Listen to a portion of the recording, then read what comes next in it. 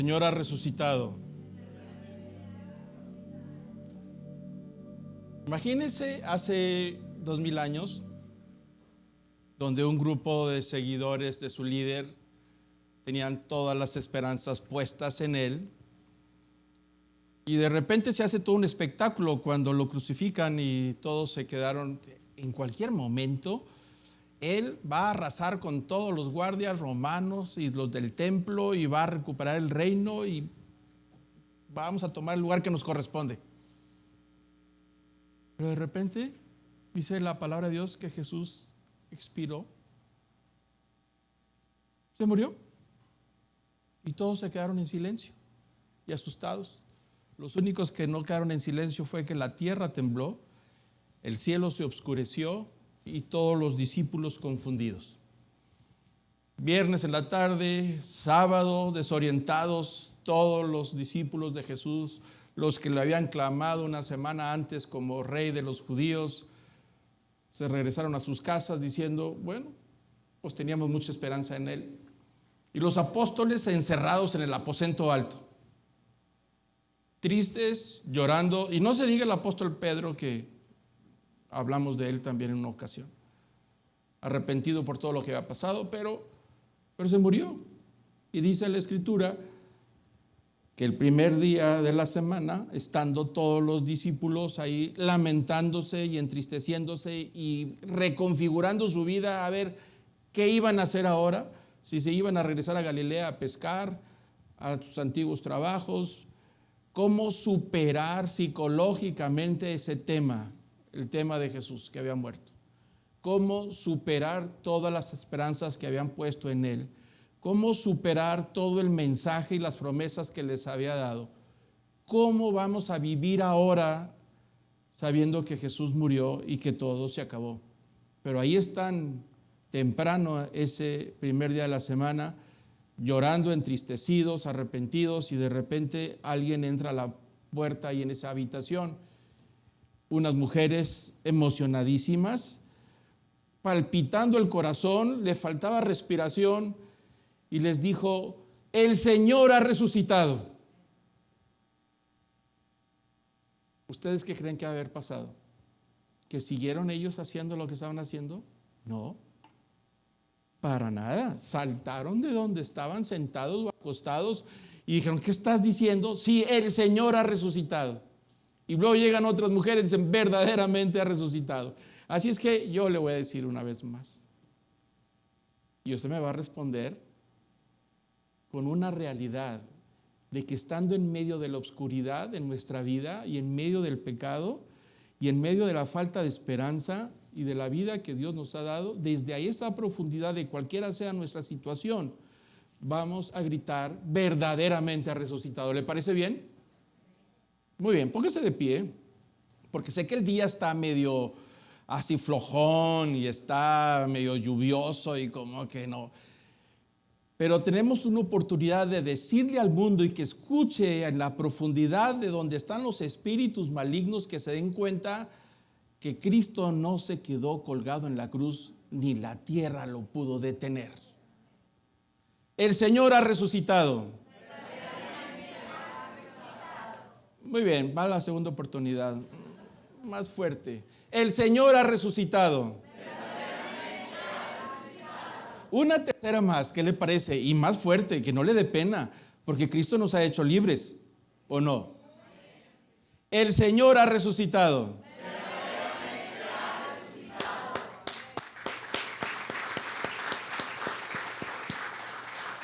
Muy bien, puede tomar su lugar. Ese evento del que estamos hablando, desde en medio de la oscuridad y desde en medio de la falta de esperanza, entra una noticia que sacudió la vida de los apóstoles y los discípulos y sacudió el corazón de Jerusalén. La noticia se extendió como reguero, como un incendio, sin poderlo parar, y llegó hasta la profundidad del templo donde estaban todos sus líderes. A partir de ese momento, la vida de los discípulos toma un giro totalmente diferente a como ellos lo tenían. Y a partir de ahí, los creyentes de Jesús fueron impulsados desde el interior con una fuerza y una energía para anunciarle a todos que Jesús había resucitado. La resurrección para el creyente es la médula de toda nuestra fe. Sobre eso descansa lo que somos, lo que hemos alcanzado en Cristo y lo que esperamos ser el día que nos encontremos cara a cara con Él. Es que le voy a pedir que me acompañe a hacer una oración. Amado Padre, gracias, Señor, por el privilegio de compartir esta palabra. Gracias, Señor, porque un día tu Hijo resucitó y por esa razón nosotros descansamos en la esperanza de que un día resucitaremos también con Él.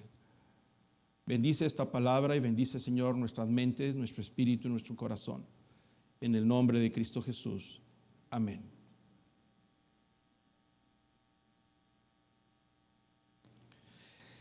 Desafortunadamente, a lo largo de la historia, desde ese primer día de la declaración de la resurrección, el tema, la enseñanza, la doctrina ha tenido una serie de enemigos a lo largo de 2000 años.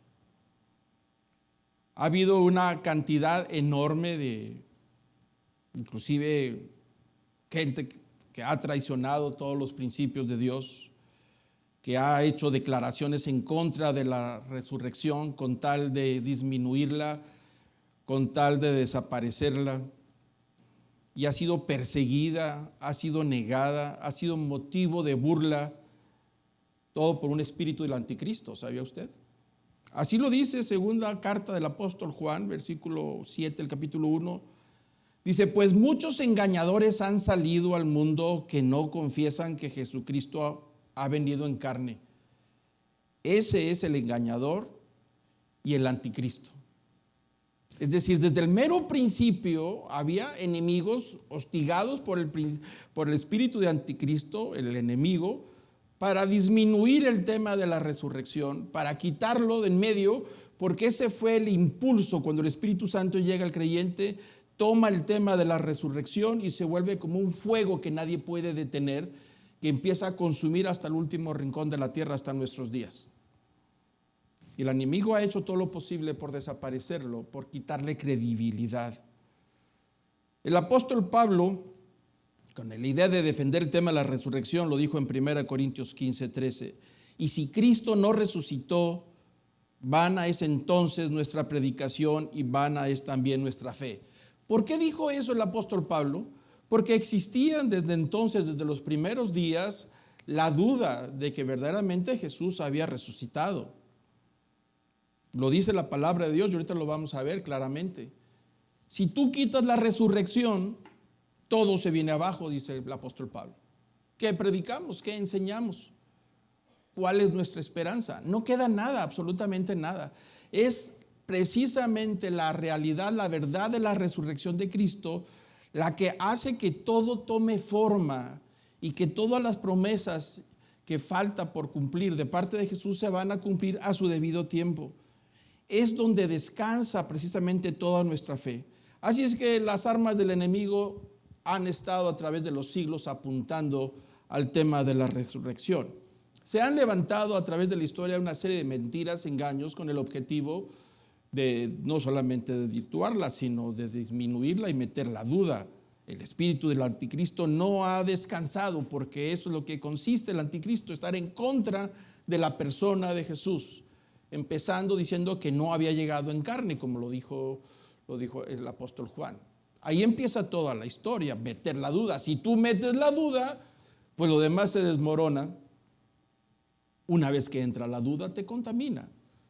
Y entonces el problema empieza. Pero hay varias mentiras a través de la historia que han estado ahí, que yo quisiera tocar, de cómo han llegado a querer destruir el tema de la resurrección. Hay varios temas, yo voy a tocar solamente 2 o 3. La teoría del desmayo. A través de los siglos se han publicado libros, inclusive sobre este tema, diciendo que efectivamente Jesús nunca murió en la cruz. Que en la cruz lo que sucedió es que se desmayó. Y como iba desmayado, lo sepultaron. Y bueno, ya estando ahí adentro de la tumba, como que despierta, vuelve en sí, se levanta y sale de la tumba, pero que realmente nunca había muerto, que no lo logró. Así es que esta teoría afirma que Cristo no murió realmente en la cruz, que la supuesta muerte fue un desmayo temporal y la resurrección simplemente fue un volver a la conciencia. Pero hay algunos puntos que hay que considerar en esto.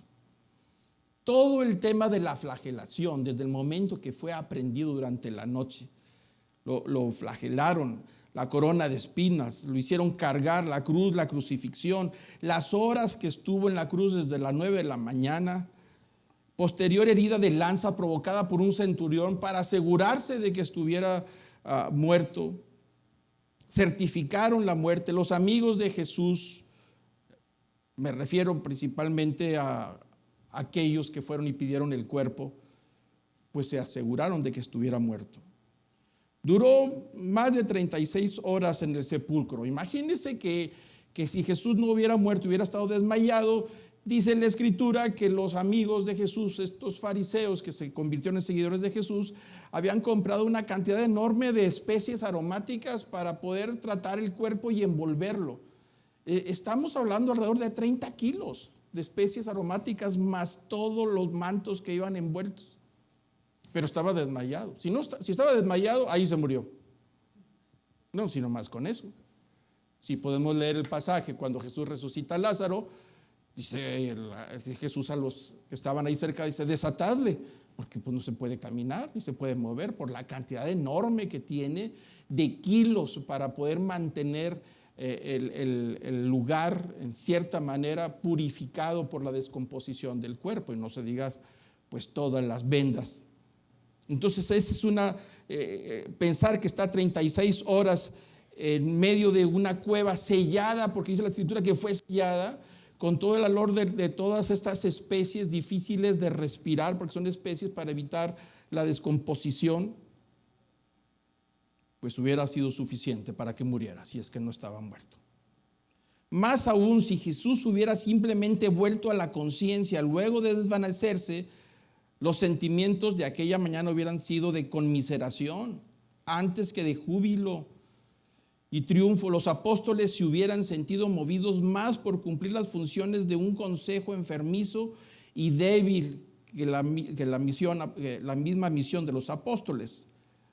La vida del poderoso hacedor de milagros hubiera acabado en una burda soledad y vergonzosa oscuridad, y su impecable vida se hubiera tornado en un silente aprobación por parte de una mentira, como una piedra sobre el cual se asentaría la iglesia, basada en una mentira. Si Jesús no hubiera muerto, hubiera sido, por supuesto, que un desmayo, los mismos discípulos y apóstoles hubieran provocado esta situación de tristeza y de engaño al mismo tiempo. La otra teoría dice que los apóstoles habían robado el cuerpo. Obviamente el tema de que no se murió en la cruz, eso es un hecho comprobable. Jesús murió en la cruz, comprobado. Pero otra teoría dice, y esa está desde el primer día, que los discípulos fueron a escondidas y se robaron el cuerpo. Lo dice Mateo 28, 11 al 13, cuando registra el tema de la resurrección. Dice que mientras las mujeres iban esa madrugada del domingo para terminar el proceso de poner las vendas y las especies, dice que mientras ellas iban, el versículo 11 de Mateo 28, dice: aquí algunos de la guardia fueron a la ciudad e informaron a los principales sacerdotes de todo lo que había sucedido. Habían apostado una guardia ahí, una guardia del templo ahí en la tumba. Pusieron la roca gigantesca y la sellaron. Y pusieron guardias todo el día, desde el viernes, totalmente, para asegurarse de que no se robaran el cuerpo. Pero dice que estos guardias, al momento de la resurrección, que no nos dice en qué momento sucede esto, lo que sí nos dicen es que estos guardias fueron a la ciudad y fueron al templo, a los principales sacerdotes, y les platican lo que había sucedido. Se movió la puerta, la piedra fue removida, o solamente vieron a Jesús fuera de la tumba y estos se asustaron y movieron la piedra. No sabemos exactamente. Lo que sí sabemos es que se asustaron y corrieron y vieron la tumba vacía. Dice que después de reunirse con los ancianos y deliberar con ellos, dieron una gran cantidad de dinero a los soldados. Los del templo les dieron un moche. acostumbrados ellos a ese estilo, ¿verdad? Les dieron un dinerito ahí a los guardias. Y fíjense lo que les dicen a los soldados diciendo: decid esto, sus discípulos vinieron de noche y robaron el cuerpo mientras nosotros dormíamos. Entonces les pagaron a los guardias para que eran tranquilos. Es que no saben lo que pasó. Sí, ya sé. Es que está vacía la tumba. Sí, es que Jesús no está ahí. Tranquilos, ustedes aquí reciban su mochecito, encárguense de extender esta noticia y digan que fueron los discípulos los que llevaron el cuerpo durante la noche. Eso es lo que ustedes van a hacer. Y dice el versículo 14: y si esto llega a oídos del gobernador, nosotros los convenceremos y os evitaremos dificultades. ¿Por qué? Porque ellos es obligación no quedarse dormido. Y dice que los sacerdotes, ustedes díganles que mientras estaban dormidos llegaron y se robaron el cuerpo. Es obligación de la guardia no quedarse dormido, y si por alguna razón se queda dormido, pues el castigo es muy grande. Y los sacerdotes dicen: nosotros nos encargamos de las autoridades romanas para que no les hagan nada a ustedes. Ustedes nomás hagan lo que les digamos. Y entonces dice: ellos tomaron el dinero e hicieron como se les había instruido, y este dicho se divulgó extensamente entre los judíos hasta el día de hoy, al momento en que Mateo está escribiendo este pasaje. Dice que se extendió ese mismo domingo, el primer día de la semana, mientras las mujeres van y le dan la noticia a los discípulos, y mientras Jesús se le aparece a los discípulos en esa habitación y en varias ocasiones por 40 días, desde el primer día, la noticia de que se habían robado el cuerpo existe. Y tardó años, y siguió por años, y sigue por siglos, hasta el día de hoy. Hay gente que cree que efectivamente Jesús no resucitó, sino fueron los discípulos los que armaron todo este tema de la resurrección. ¿Por qué? Porque saben que quitas la resurrección y todo se desmorona. Y algunos no quieren creer y prefieren mejor decir que los discípulos se lo habían robado. Otra de las teorías dice que los apóstoles inventaron que Jesús había resucitado para ganar adeptos, seguidores. Hay un escritor, tal vez algunos de ustedes lo han de haber leído, ya es desde los años 70, 80, Josh McDowell, escribió unos libros muy buenos de investigación y de ciencia, realmente excelentes libros. Cuando él inicia con estos libros, él es un investigador joven, escribió varios libros cristianos, entre ellos el más famoso, Evidencias que exigen un veredicto, que vale la pena leerlo. Es un libro grueso que vale la pena leerlo, no importa que sea de los 70s.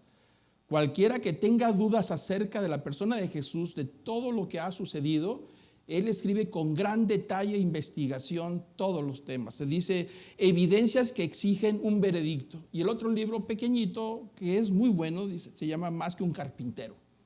También es muy bueno.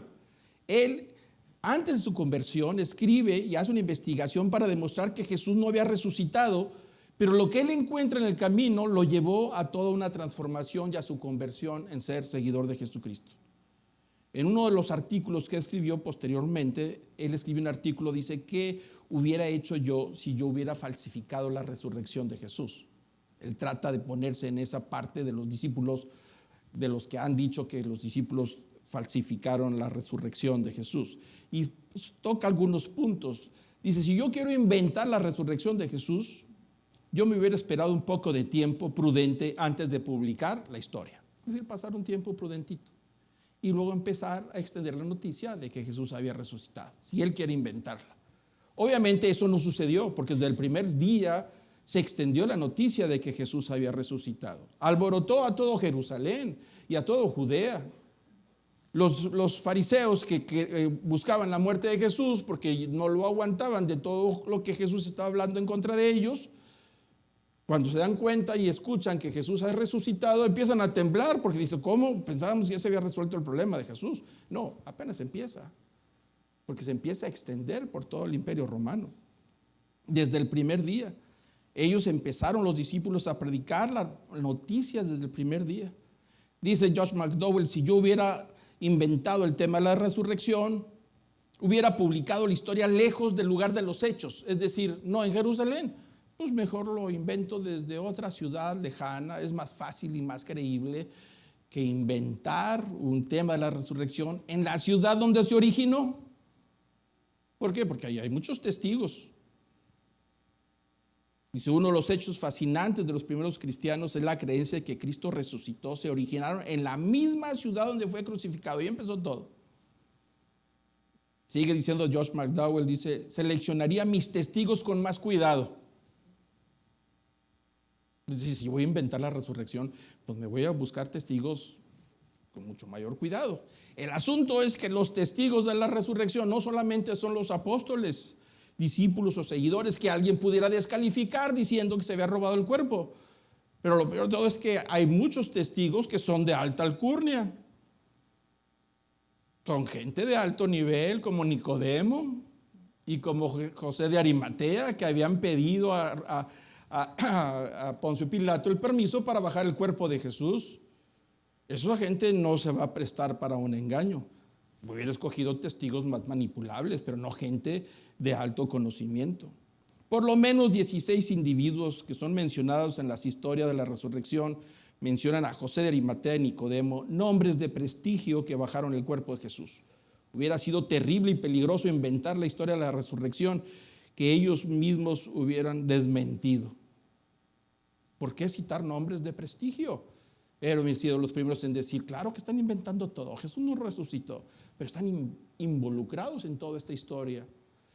José de Arimatea, sus hijos se convirtieron y uno de ellos llegó a ser un obispo en Asia Menor, llegó a ser líder de la iglesia. Dice Josh McDowell, si yo hubiera inventado la resurrección, hubiera rodeado el evento de impresionantes despliegues sobrenaturales, todo un espectáculo. Trataría de sofocar cualquier tipo de investigación que se hiciera. Si desde el principio quieran investigar realmente qué pasó, pues yo los hubiera detenido, escondido o qué sé yo. O pagar para poder que no investiguen bien, no vayan a encontrar ahí la verdad de que Jesús no resucitó. No predicaría un mensaje de arrepentimiento en torno a la resurrección. Pues yo no lo haría, dice.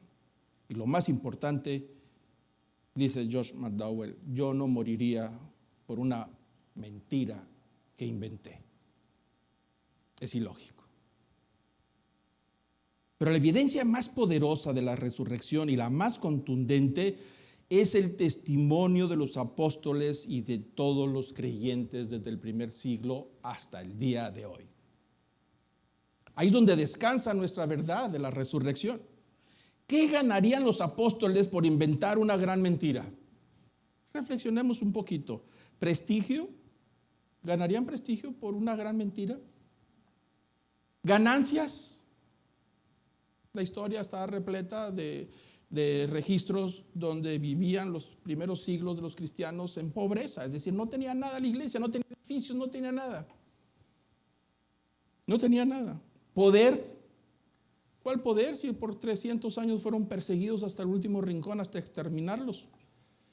¿Privilegios? ¿Cuáles privilegios tenían los apóstoles?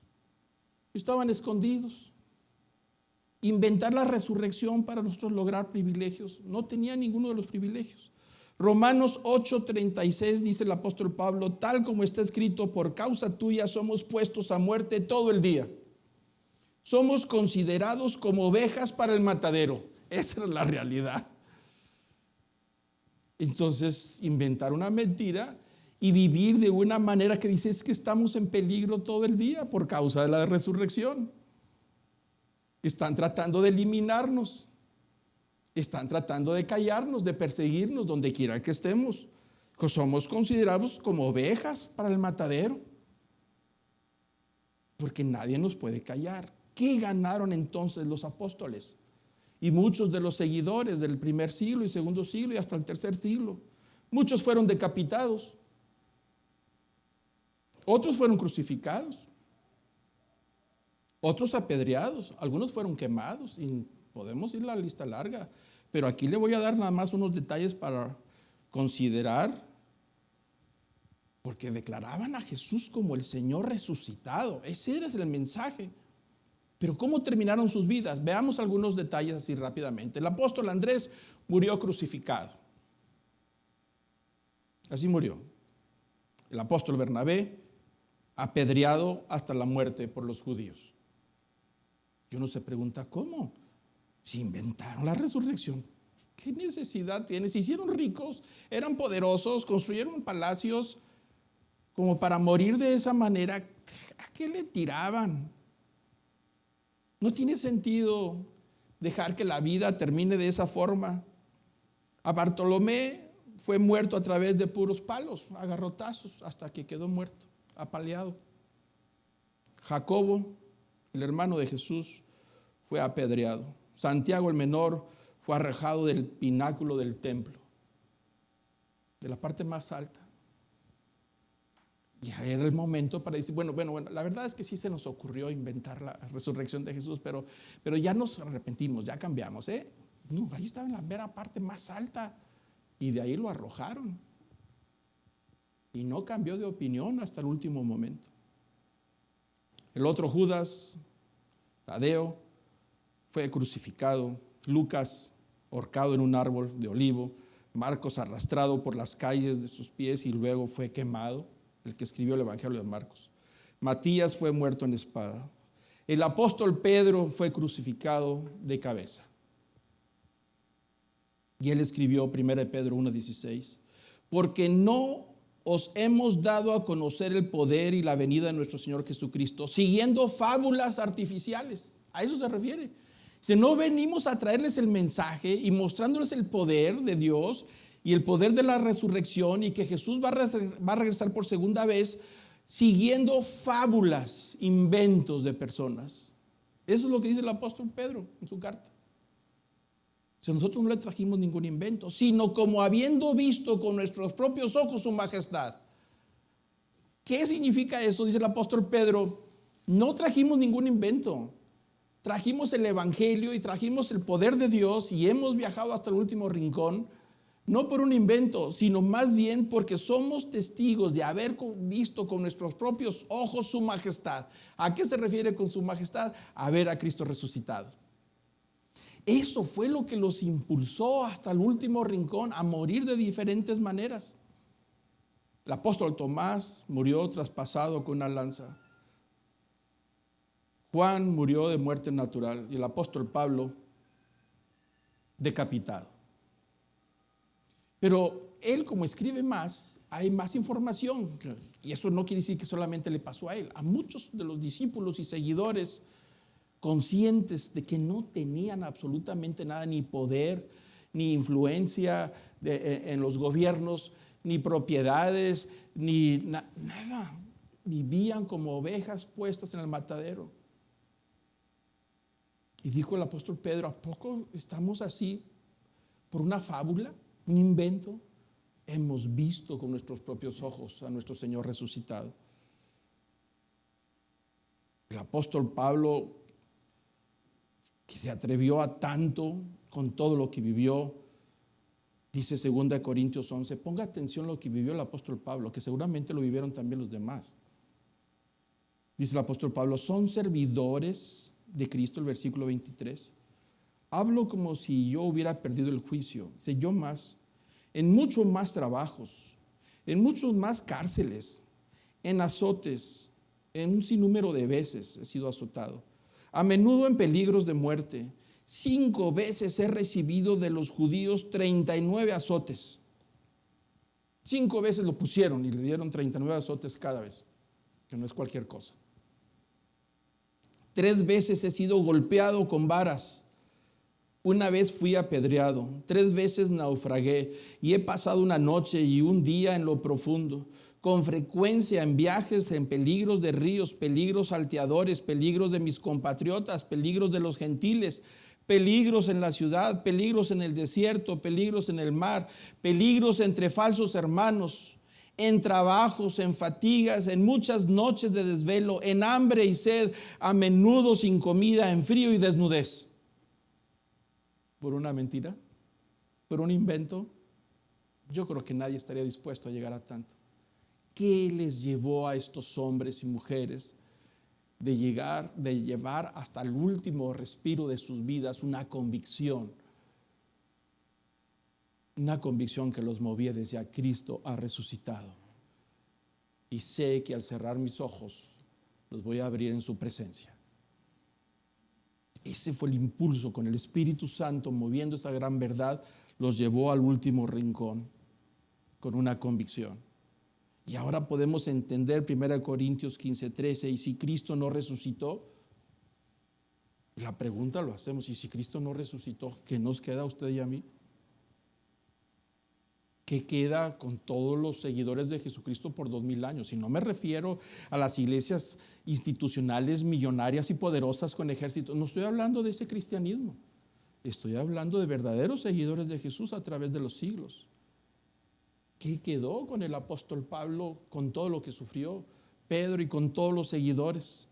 A nadie lo pudieron convencer de lo contrario. Al contrario, se iba extendiendo el cristianismo con una gran verdad hasta el último rincón, que llegó hasta la casa del César. En los templos y palacios de Roma, la capital de Roma, ahí había conversiones entre los esclavos, entre gente importante. Iban aceptando el evangelio por la convicción de la resurrección. Por eso dijo el apóstol Pablo, si Cristo no resucitó, ¿qué nos queda? Vana entonces nuestra predicación, lo que hablamos y enseñamos no tiene sentido, no se queda más que en pensamiento positivo. Entonces vamos a predicar pensamiento positivo. Pensamiento positivo, hay que levantarse en la mañana bien positivo en la mañana. Aunque tenga la nariz roja de gripa y se ve al espejo y dice, ¿tienes gripa? No tengo. La nariz ahí llena de gripa, un pensamiento positivo, decláralo, repítelo y síguelo repitiendo hasta que el universo conspira a tu favor, ¿no? La realidad de Cristo es nuestro Señor resucitado, y que todo lo que hizo en la cruz fue efectivo, porque nos dio una vida nueva, y todas las promesas que quedan pendientes las creemos que las va a cumplir al final de los tiempos. Serían vanas las promesas de Jesús, su salvación sería hueco, el nuevo nacimiento no tendría sentido. El Espíritu Santo, ¿cuál Espíritu Santo si no resucitó?